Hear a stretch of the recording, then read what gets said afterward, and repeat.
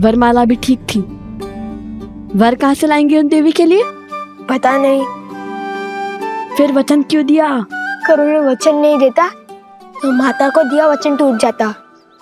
मिथिला नरेश के समक्ष स्पर्धा से पहले ही चले जाते। अब क्या करें?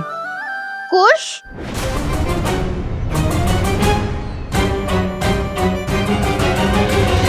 सैनिक थोड़ी ही ना हमारा नाम जानते हैं।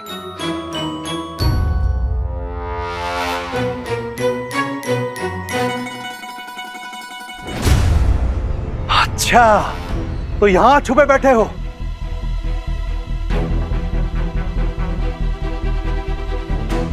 तो अकेले नहीं हो, पूरा का पूरा चोरों का दल है। अरे कैसा दल? भागो।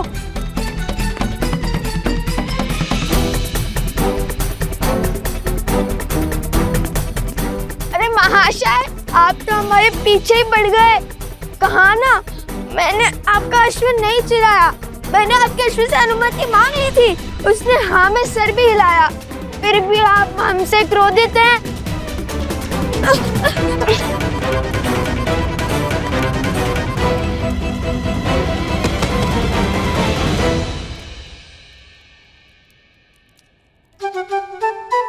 तुमने उचित नहीं किया कुश। किसी और की संपत्ति को बिना अनुमति के। भैया, अश्व का स्वामी भले ही व्यक्ति था, किंतु स्वयं अश्व भी तो स्वयं का स्वामी है। मैंने उससे पूछा था और उसने हाँ में सर भी हिलाया था। राजकुमारों को कब से अनुमति मांगनी पड़ी? क्या? अर्थात ऋषि कुमारों को। राजकुमार हो या ऋषि कुमार, अनुमति तो लेनी ही पड़ती है। अब तो सैनिकों के साथ उस अश्व के स्वामी से भी छुपना पड़ेगा। पूरा मिथिला पीछे पड़ गया हमारे। यदि पकड़े गए तो ना श्री राम से भेंट होगी और ना माता को दिया वचन पूरा होगा। हाँ, पकड़े गए तो अधिक बुरा होगा। पकड़े गए तो नहीं, पकड़े गए हो।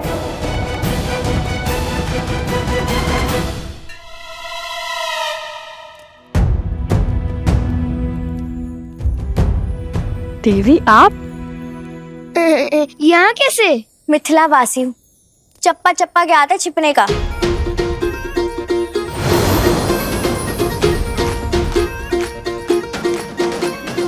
देखिए, ये मेरा वचन है। संध्या तक आपके लिए वरमाला लाऊंगा और वर भी। अरे कोई मुझे इस चप्पे से तो निकालो।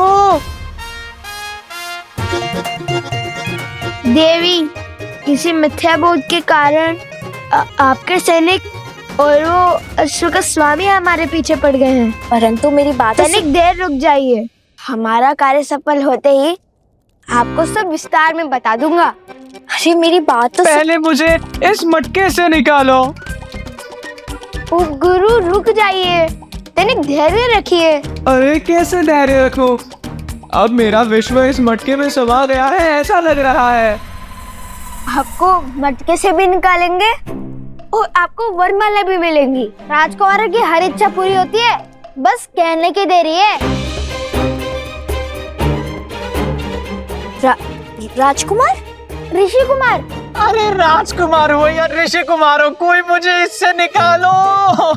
देवी, वरमाला दे देंगे, किंतु वर का थोड़ा कठिन है। मैं वरमाला भी पहनाऊंगा और वर भी बन जाऊंगा। कोई मुझे इससे तो निकालो। हमें आगे बढ़ना होगा। तुम्हें अपनी पड़ी है, पहले इन्हें निकालो। हाँ, प्रयास तो किया था किंतु निकले नहीं। रुको।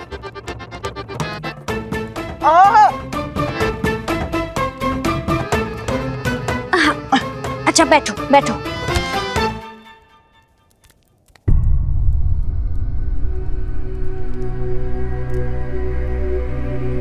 रुको।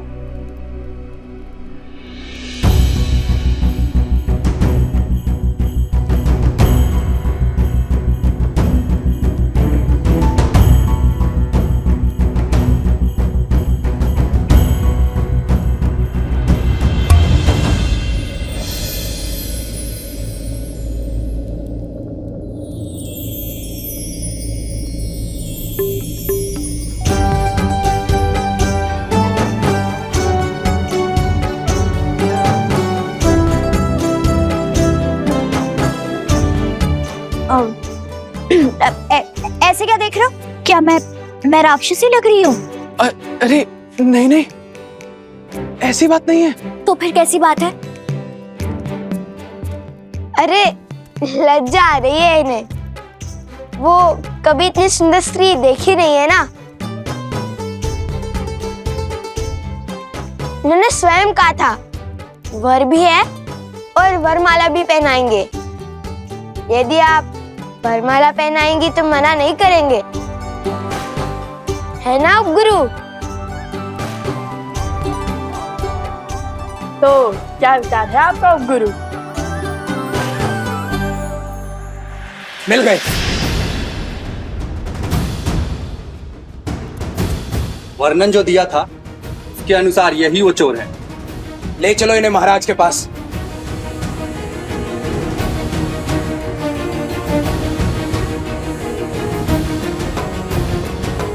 ऐसा साहस मिथिला के पुजारी त्रिकाल के जमाता वास्तव में समस्त मिथिला के जमाता है। आपने इनका अपमान करने का दुस्साहस कैसे किया सैनिक? क्षमा करें देवी प्रसूता, परंतु कोई बात नहीं।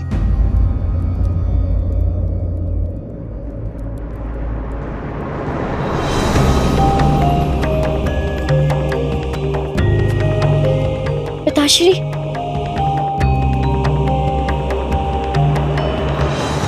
श्री त्रिकाल महोदय प्रणाम।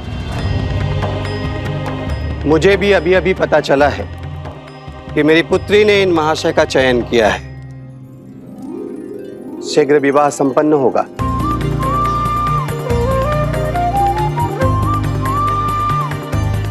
जाइए जाइए, उन तुनीर चोरों को कहीं और खोजिए सैनिक जी। अवश्य। पुत्री,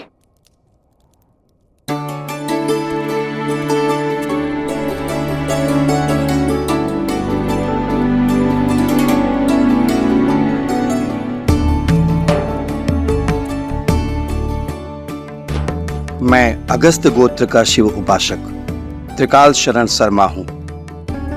और ये मेरी पुत्री प्रसूता है। आप हमारे आवास पर अतिथि होकर पधारिए महाशय, और अपना परिचय दीजिए।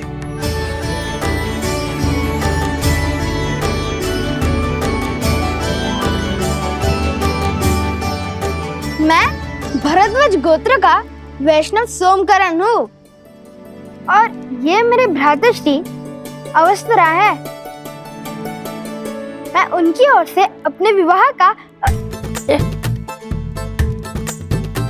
क्षमा करें, अपनी ओर से इनके विवाह का प्रस्ताव। सुनो सुनो सुनो, मिथिला के जमाता अयोध्या के महाराज श्री रामचंद्र के स्वागत में कल प्रातःकाल भव्य उत्सव होगा। उसके पश्चात संसार भर से धनुर्धारी आके अपनी कला का प्रदर्शन करेंगे। अच्छा शुभ होगा, और कल श्री राम से भेंट भी निश्चित है। हाँ भैया, कदाचित माता सीता भी उनके साथ हो।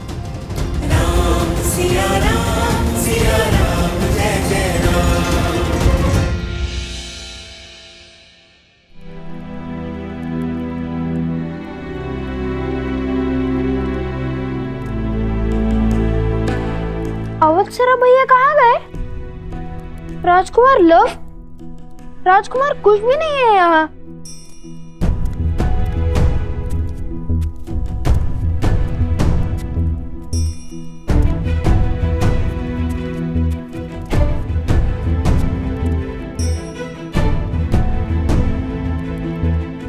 कहाँ गए ये? मुझे सताने में क्या आनंद आता है सबको। माता!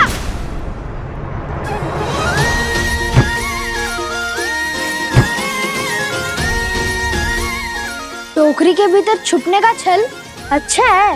पूरी मिथिला हमें तुनीर चोर समझती है, इसलिए तुम हमसे तनिक दूर ही रहना। वे नहीं जानते कि तुम हमारे साथ हो। हाँ, उप गुरु अवत्सरा वरमाला बनाने के पुष्प लेने गया है प्रसूता के साथ। तुम भी जाओ और विवाह की तैयारियां करो। हम स्पर्धा जीतकर अभी आते हैं। किंतु मुझे भी श्री राम से मिलना है। उनसे मिलने का अवसर मैं कैसे छोड़ दूं? जिसके भाग्य में जब उनके दर्शन होंगे वे तभी उसे मिलेंगे। हाँ, किंतु ठीक है, चलो किंतु अपनी टोकरी की व्यवस्था स्वयं कर लेना।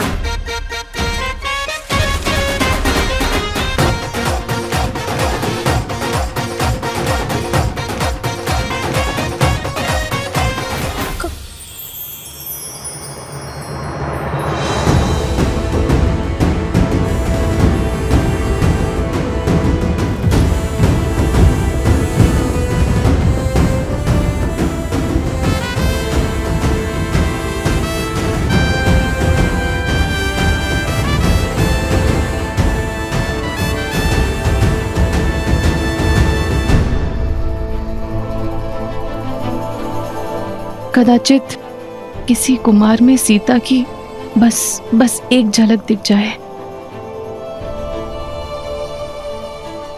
आज की धनुर्धार प्रतियोगिता में संसार भर से मिथिला पधारने के लिए आप सबका कोटि कोटि धन्यवाद। शीघ्र ही मिथिला नरेश की उपस्थिति में आप सबकी प्रतीक्षा का अंत होगा और स्पर्धा का आरंभ होगा। मिथिला नरेश महाराज जनक पधार रहे हैं। महाराज जनक की, महाराज जनक की, महाराज जनक की, महाराज जनक की, महाराज जनक की, महाराज जनक की।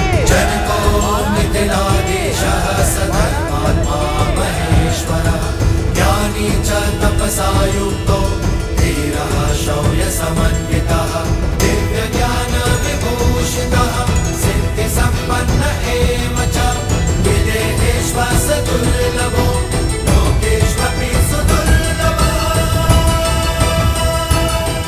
और आज महाराज जनक के साथ ही मिथिला की पावन धरा पर मिथिला के जमाता, रावण के मर्दक कौशल नरेश, धर्मपरायण मर्यादा पुरुषोत्तम श्री राम के पग पड़ रहे हैं। मर्यादा पुरुषोत्तम श्री राम की जय।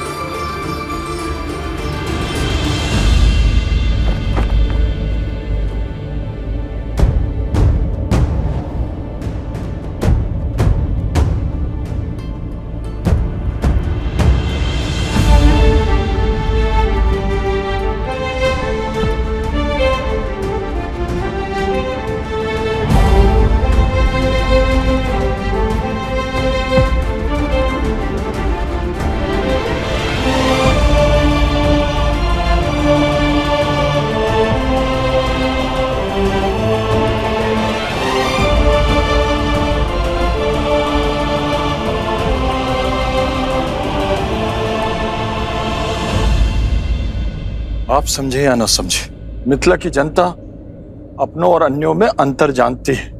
यही तो दुख है कुशाध्वज। मिथिला की ज्ञानी प्रजा भी धर्म अधर्म में अंतर नहीं पहचान पा रही। जिसने भी श्री राम को नहीं अपनाया वो धर्म से वंचित रह जाएगा। हमारी प्रजा का यह आवेश भी मेरी ही भूल है। कदाचित उन्हें आभास ही नहीं है कि मेरे हृदय में श्री राम के प्रति कोई द्वेष नहीं है, और जब उन्हें ज्ञात होगा तो संभवतः उनका क्रोध भी शांत हो जाएगा।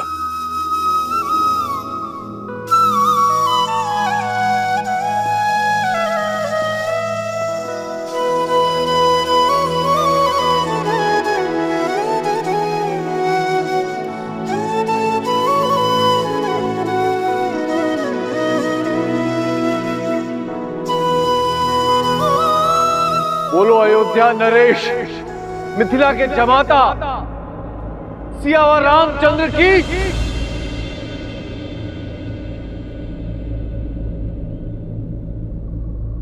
सियावर रामचंद्र की, सियावर रामचंद्र की, सियावर रामचंद्र की, सियावर रामचंद्र की, सियावर रामचंद्र की, सियावर रामचंद्र की, सियावर रामचंद्र की, सियावर रामचंद्र की, सियावर रामचंद्र की, सियावर रामचंद्र की, सियावर रामचंद्र की, सियावर रामचंद्र की, सियावर रामचंद्र की, सियावर रामचंद्र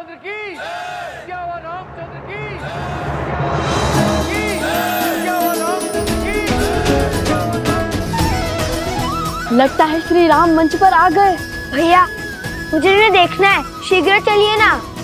चलो।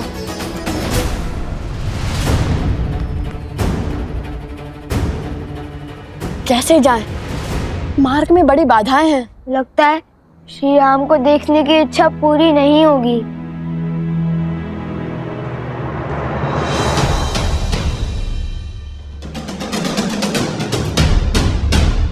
तुम्हारी इच्छा अवश्य पूर्ण होगी कुश। आओ मेरे साथ।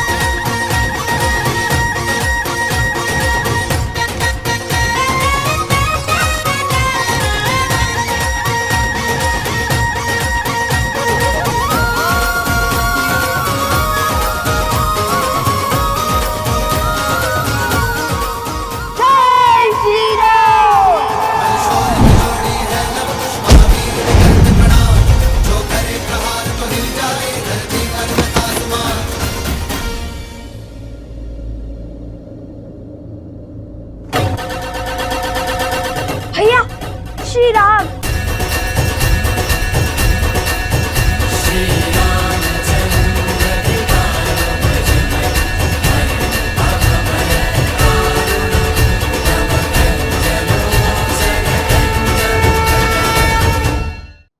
ध्वज के कारण श्री राम के दर्शन नहीं हो पा रहे हैं। भैया इस समस्या का समाधान अभी कर देता हूँ। नहीं कुश, ध्वज राज्य की गरिमा होती है, उनकी भावनाएं उससे जुड़ी होती हैं और प्रहार तो शत्रुओं के ध्वज पर भी नहीं करना चाहिए। कुश स्मरण है ना माता ने क्या सिखाया था? तन को छलनी करने से भी अधिक घातक है भावनाओं को तार तार करना। तन के घाव भर जाते हैं, मन के नहीं। हनुमान जी होते तो कितना अच्छा होता। पवन देव से कहकर इस तीव्र वायु को रोक देते। यदि माता ने महाराज जनक से मिलने के लिए मना न किया होता तो दर्शन तो क्या, अभी तक तो भेंट भी हो चुकी होती श्री राम से। किंतु तुमने उचित कहा कुश, पवन देव से कहकर इस तीव्र वायु को रोक देते हनुमान जी। हे पवन देव, भक्त को भगवान से रोकना प्यासे को जल से दूर रखने के समान है। हमने भी आपके पुत्र हनुमान जी की भांति श्री राम की अनन्य भक्ति की है। इतने संकट पार कर हम यहाँ आए हैं।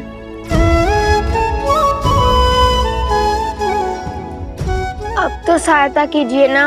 यदि हमारी भक्ति सच्ची है तो कृपया अपने वेग का थोड़ा कम करें और हमें केवल श्री राम के दर्शन का आनंद दे।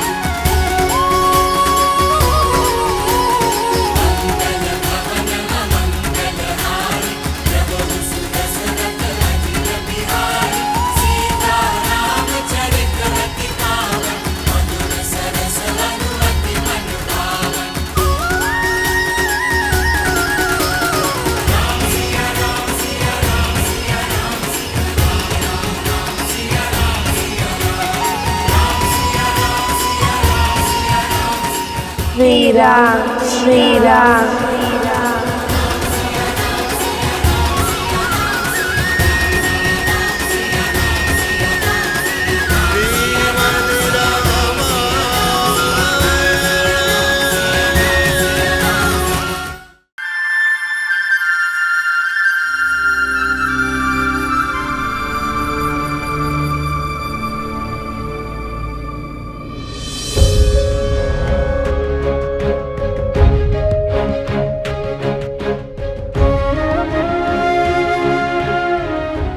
महाराज, आपके नेत्र उन ऋषि कुमारों को खोज रहे हैं। हाँ श्री राम, उनके मिथिला में आने का प्रमाण तो मिल ही चुका है।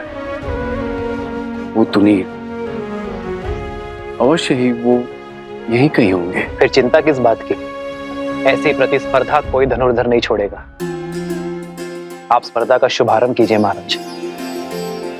वो बालक अवश्य भाग लेंगे। हम अवश्य भाग लेंगे कुश।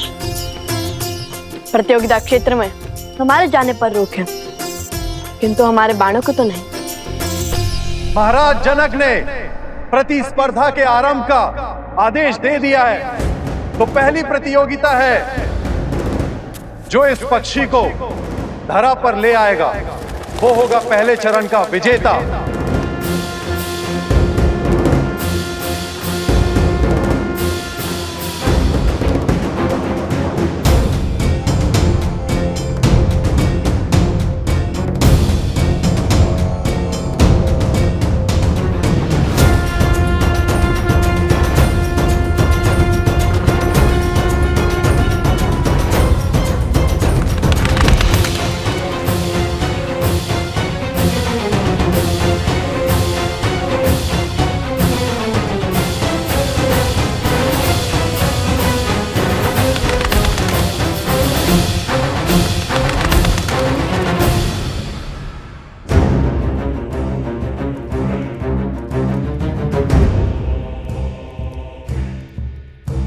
पुनः यही आ पहुंचा।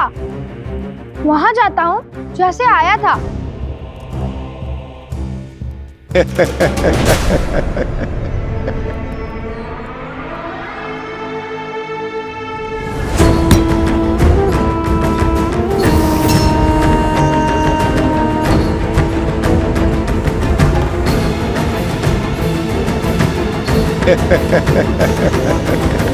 महाराज, इस पक्षी को नीचे लाने के लिए प्रतियोगी इस पर वार करेंगे, इसे मार देंगे। धर्म की रक्षा के लिए वध करना केवल देवताओं का कार्य है। आत्म सुरक्षा के लिए वध करना मनुष्य का कार्य है। भोजन के लिए वध करना पशुओं का कार्य है, किंतु केवल मनोरंजन के लिए या सामर्थ्य के प्रदर्शन के लिए वध करना केवल और केवल राक्षसों का कार्य है।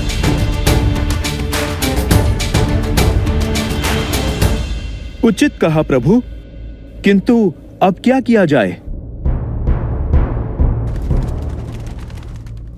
इस पक्षी को बिना मारे भूमि पर लाना होगा। उसे आहत करना निषेध है। उचित कहा आपने श्री राम। मैं ये कैसे नहीं समझा। जिन ऋषि कुमारों की मुझे खोज है वो इस प्रतियोगिता में जीव हत्या कदापि नहीं करेंगे। भ्राता कुशाध्वज,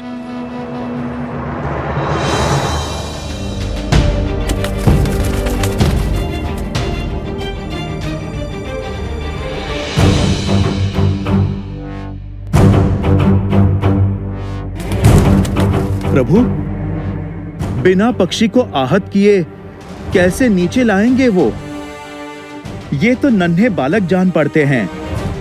इतनी बुद्धि, इतना विवेक होगा उनमें?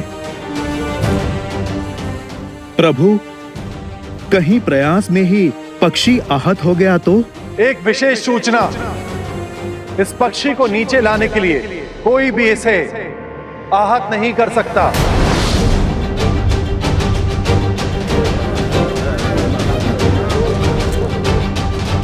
अरे बिना वार किए नीचे कैसे लाएंगे?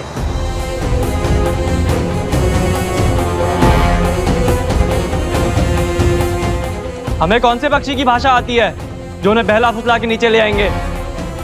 हम सब साथ में बाण मार कर भी उसे नीचे नहीं ला पाएंगे।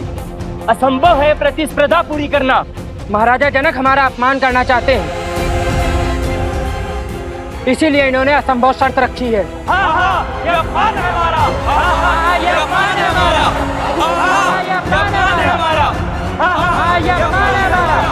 हाँ हाँ, ये अपमान है हमारा। ये अपमान है हमारा। शांत हो जाइए, शांत हो जाइए। हम कैसे शांत हो जाए? ये अपमान है हमारा।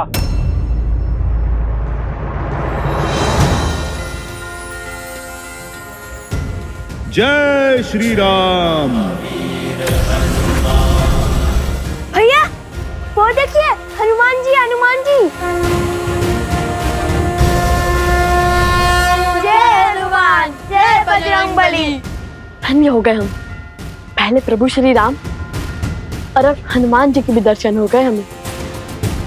अब पर माता सीता के दर्शन हो जाए। राम नाम से सागर में पत्थर तैर गए महाशय, और आप कहते हैं बिना मारे पक्षी को नीचे लाना असंभव है।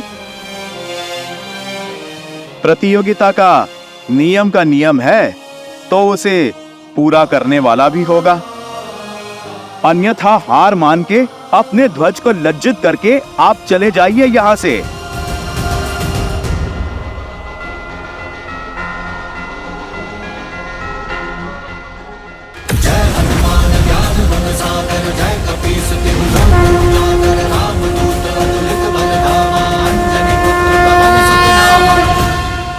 हम पक्षी को बिना आहत करे भूमि पर तो ले आएंगे, किंतु ये केवल प्रथम चरण है और हमारे इस कार्य से महाराज जनक को भी ज्ञात हो जाएगा कि हम प्रतियोगिता क्षेत्र में आ चुके हैं। हाँ, उनके जान जाने में कोई समस्या नहीं है। समस्या तो प्रतियोगिता में भाग लेने से पहले उनसे मिलने में है। नहीं कुश, अभी प्रतियोगिता के कई चरण शेष हैं। यदि प्रतियोगिता पूर्ण होने से पहले प्रभु या महाराज जनक ने हमें पकड़ लिया तो माता के आदेश का उल्लंघन होगा। उन्होंने प्रतियोगिता पूर्ण होने से पहले महाराज जनक से ना मिलने का आदेश दिया था। तुम दोनों वहां स्पर्धा में भाग लेने के लिए जा रहे हो तो बाकी प्रतियोगियों से भिन्न नहीं रहना, क्योंकि यदि उन्हें ज्ञात हुआ कि तुम दोनों मिथिला नरेश को जानते हो तो बातें बनेंगी। अर्थात हर बार प्रतियोगिता जीतकर हमें अपना स्थान बदलना होगा जब तक प्रतियोगिता पूर्ण ना हो जाए। चलो पहले ये चरण तो जीत ले।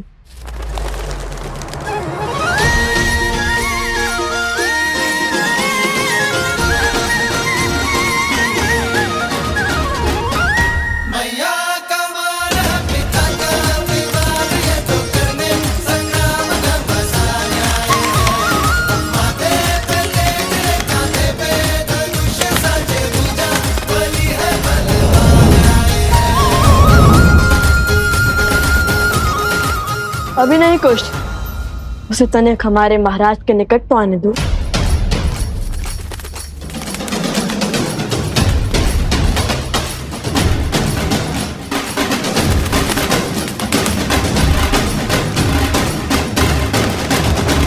अब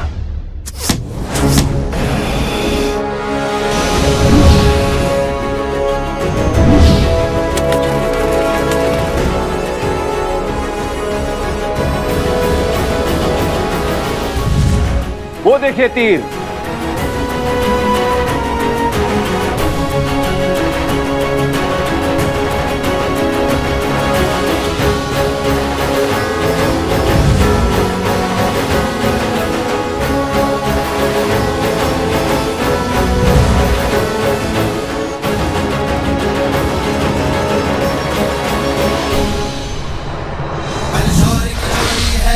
महावीर भी करते प्रणाम, जो करे प्रहार तो हिल जाए धरती पर्वत आसमान। बलशौरी की लोड़ी है लव कुश महावीर भी करते प्रणाम, जो करे प्रहार तो हिल जाए धरती पर्वत आसमान। धनुष उड़ावे प्रत्यंचा जब करे बाण संधान, तो इनमें दिखे सीता का धीरज बल जैसे श्री राम। जाते राम की मर्यादा सीता का बलिदान, इनमें भक्ति में छोटे को हनुमान। अद्भुत, वर्षों से ऐसी कला नहीं देखी मैंने। प्रभु, आपको प्रसन्न करने वाले ये धनुर्धर सामान्य नहीं हो सकते। ये अवश्य ही उन ऋषि कुमारों की लीला होगी। आर्य, सच कहते हैं आप। कुशध्वज, आप शीघ्र सैनिकों को उस ओर भेजिए। मुझे दोनों बालक चाहिए। ये तेजस्वी बालक किसी साधारण वंश के नहीं हो सकते। मेरा भी अनुमान यही है गुरुदेव। उनकी प्रतिभा निकट से देखने की इच्छा मेरी भी हो रही है महाराज, पर वो दोनों बालक है का? भला ये अपनी पहचान छुपाकर क्यों भाग ले रहे प्रतिभा में दोनों?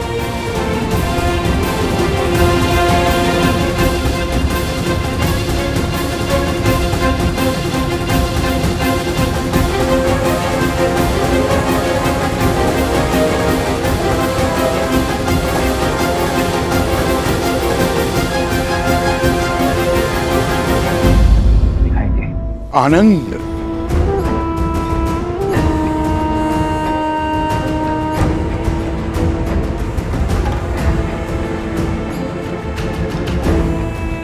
कोई बात नहीं। अभी कुछ देर में तुम्हारे मित्र प्रतिस्पर्धा जीत जाएंगे और तुम उनका सत्य सबके सामने उजागर करोगे। फिर हम दोनों उत्सव मनाएंगे।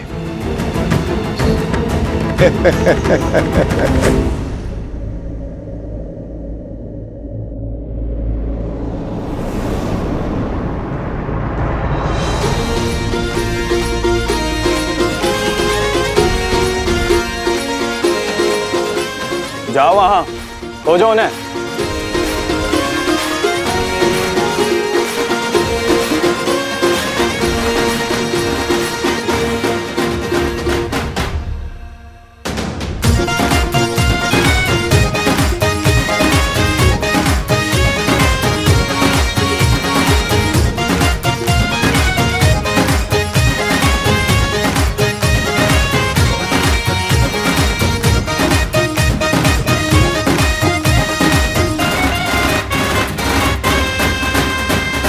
यदि माता के आदेश की बेड़ियां ना होती तो अब तक प्रभु श्री राम के आशीष पा चुके होते, कदाचित माता सीता के भी।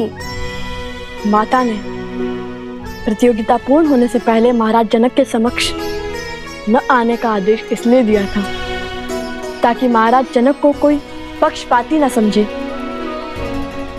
और यदि ये आदेश ना हुआ होता तो प्रतियोगिता स्थल से इतनी दूर, इतनी बाधाएं पार कर स्पर्धा में भी ना जीते होते। उचित है। और वैसे भी प्रभु श्री राम का आशीष तो देर सवेर भी ले लेंगे हम।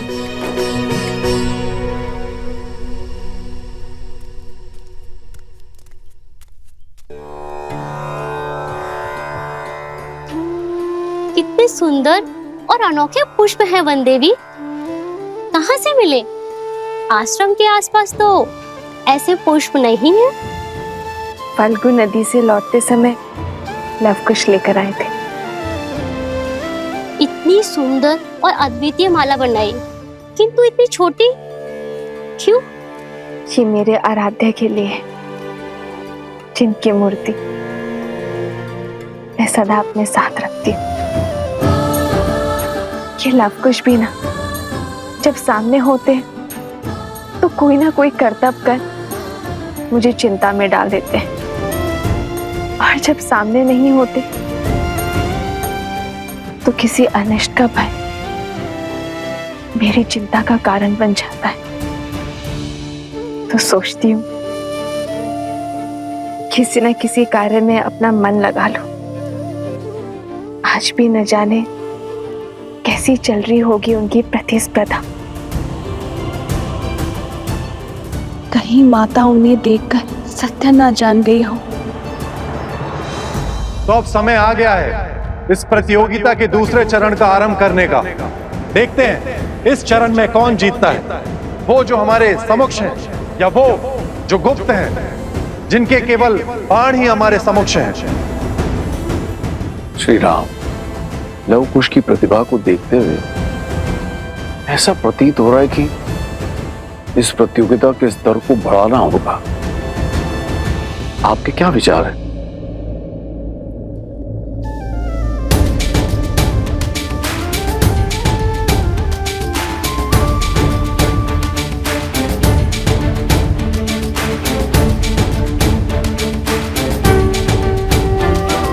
श्री रामचंद्र कृपालु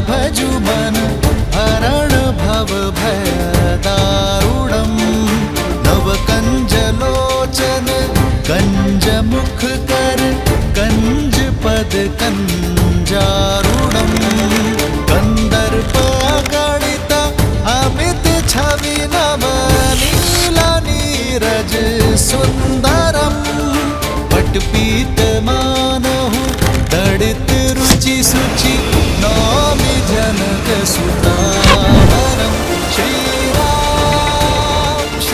राम राम राम श्री राम। भूमि से जल और मन का पाप जब बाहर निकलता है तो उसके स्रोत को रोकना असंभव हो जाता है। आज जो धनुर्धारी इस जल के स्रोत को रोक पाएगा वही वास्तव में महान कहलाएगा और इस चरण का विजेता भी।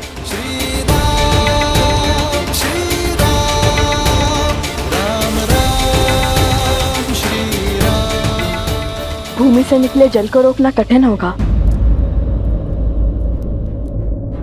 अत्यंत कठिन कार्य है श्री राम। किसी भी भूमि से जल निकालना गुरु अपने शिष्य को अवश्य सिखाते हैं, किंतु धरा से निकलते जल को रोकना ये हर किसी के बस की बात नहीं है। वीरों को परख रहे हैं महाराज। परीक्षा इतनी सरल कैसे हो सकती है? देखते हैं उन ऋषि कुमारों ने विद्या सीखी है या नहीं।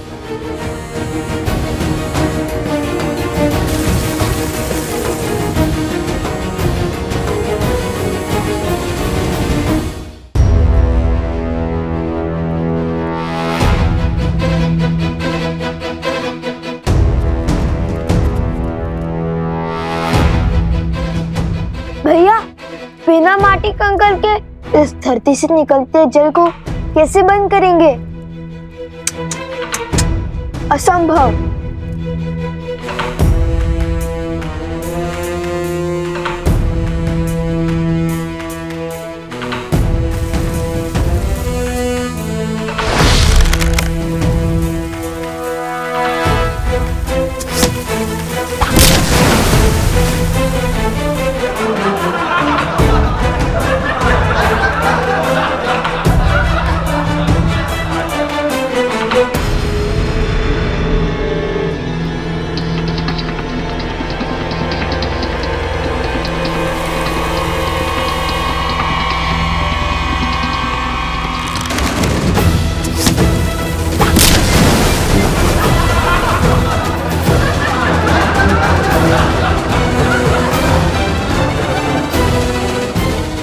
स्मरण है भगवान वाल्मीकि ने हमें क्या कहा था?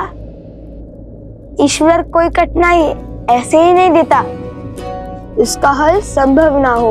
अर्थात हमें समस्या पर नहीं, उनके शब्दों पर ध्यान देना चाहिए। श्री राम की दी हुई चुनौती को ठीक से समझना चाहिए। उनके मुख से निकले हर शब्द में ही संकट का हल होता है, किंतु सरल तो ये भी नहीं होगा, क्योंकि महान व्यक्ति और व्यक्तित्व के मुख से निकले शब्दों को समझने में कभी कभी पूरा जीवन निकल जाता है। अरे शीघ्र हल खोजिए भैया, जीवन भर यही थोड़ी ना छुपे बैठ सकते हैं। मन के गर्त से निकले पाप को रोकने के लिए क्या उपाय हो सकता है? ईश्वर की कृपा, और क्या।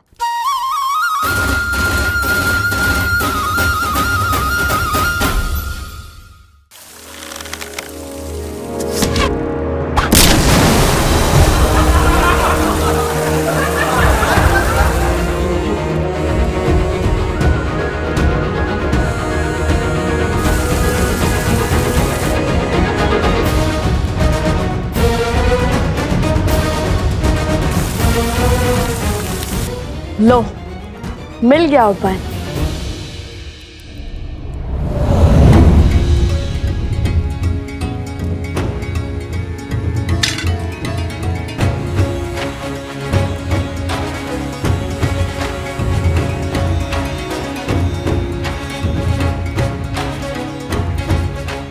जल का प्रभाव नीचे से ऊपर है, तो उसे रोकने के लिए हमें उसका विपरीत अर्थात ऊपर से दबाव बनाना होगा। और श्री राम नाम के अतिरिक्त कौन है जो पाप के ज्वार और बहती जलधारा को रोक सके? अब इस जलधारा के मुख पर हमारे ईश्वर श्री राम नाम की मोहर लगेगी।